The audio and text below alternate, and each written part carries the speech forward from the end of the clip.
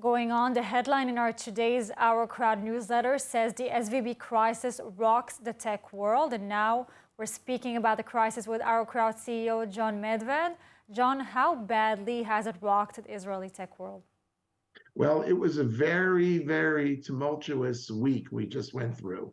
At the end of last week, companies and venture capital funds here awoke to the news that there essentially was a run on Silicon Valley Bank. And given how critical SVB has been to startups all over the world, including obviously Silicon Valley, but here in Israel, people were nervous and worried. And in particular, there was a fear, which seemed to be, quite justified, that deposits at the bank would no longer be accessible to many companies. So that was a big crisis. But luckily, the US government intervened, has now taken care of providing a backstop for all of the uninsured depositors. So it looks like we are through the worst of this crisis. People are getting access to their money. And now it's time for learning some lessons about what was a very, very scary couple of days. That sounds positive. Now, with all of the uncertainty now in Israel due to the judicial overall, are investors being more cautious?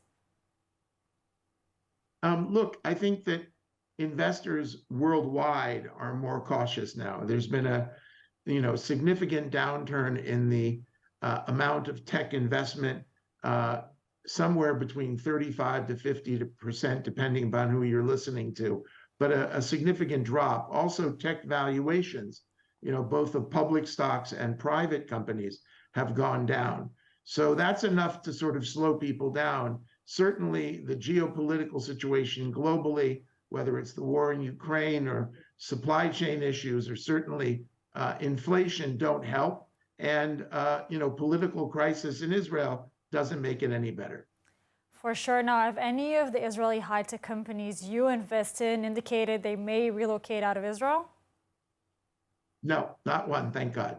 And so we're confident that there's going to be at some point a compromise. There will probably be many scary days between now and that ultimate compromise. I can't even imagine that this wouldn't happen, but I guess there are chances that it might. And in the meantime, we're staying the course. I've got 4 children, 12 grandchildren. I'm committed fully in to Israel, and OurCrowd is committed fully into Israel. And thank God, it seems as though the bulk of our almost 380 companies are staying the course. So how do you analyze it, Jon? Is it just false scare and concern? I mean, what are your thoughts here?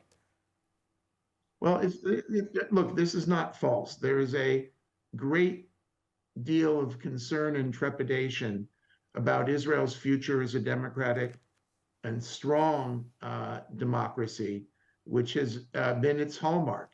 And I think that the issue is much less about how many votes, are needed to override, or how judges are selected, but the way the process is being handled. The process has to be consensual.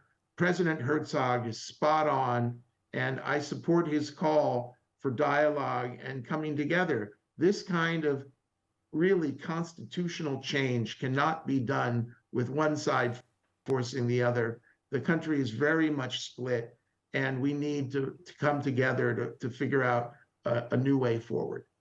And where do you see this going in terms of the high-tech world here in Israel?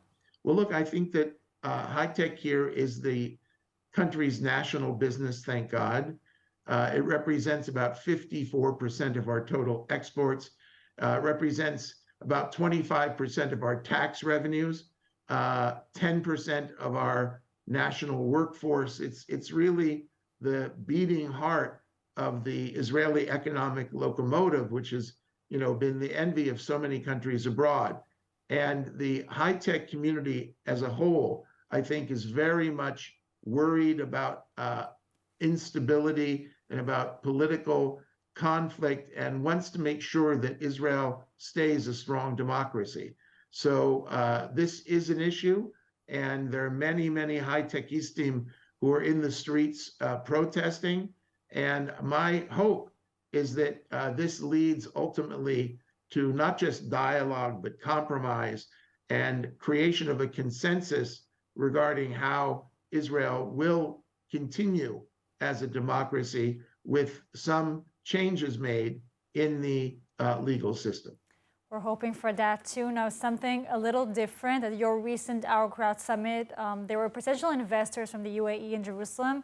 There have been reports that the enthusiasm for the Abraham Accords has been cooling in recent weeks. Is that your sense too? No. I think that the Abraham Accords are not something which you can measure its temperature every week. That's antithetical to the whole essence of these accords. The accords were reached by countries, nations, not parties, not individuals. It was reached by essentially nations who felt that this was the new way forward, who made a strategic choice that the way to build true peace in the Middle East is by normalization, by cooperation, by joint investment. We announced a $60 million investment in Abu Dhabi together with the Abu Dhabi Investment Office, where we're building artificial intelligence-driven software together with the Emiratis. We're investing in funds over there, in companies. They're investing here. Going tomorrow morning to get another meeting with a delegation of Emiratis who are here. And we see that this is a long-term trend, and there is no way back. What has happened is that the sand curtain, which was the Middle East version of the Iron Curtain, has come down. And now it will never be rebuilt. And God willing, inshallah, there will be additional countries who will join this circle of goodness and cooperation. We see it quite clearly. And there is no way back, only forward. Jon, very impressive. Thank you so much for joining us. We appreciate it. Thank you.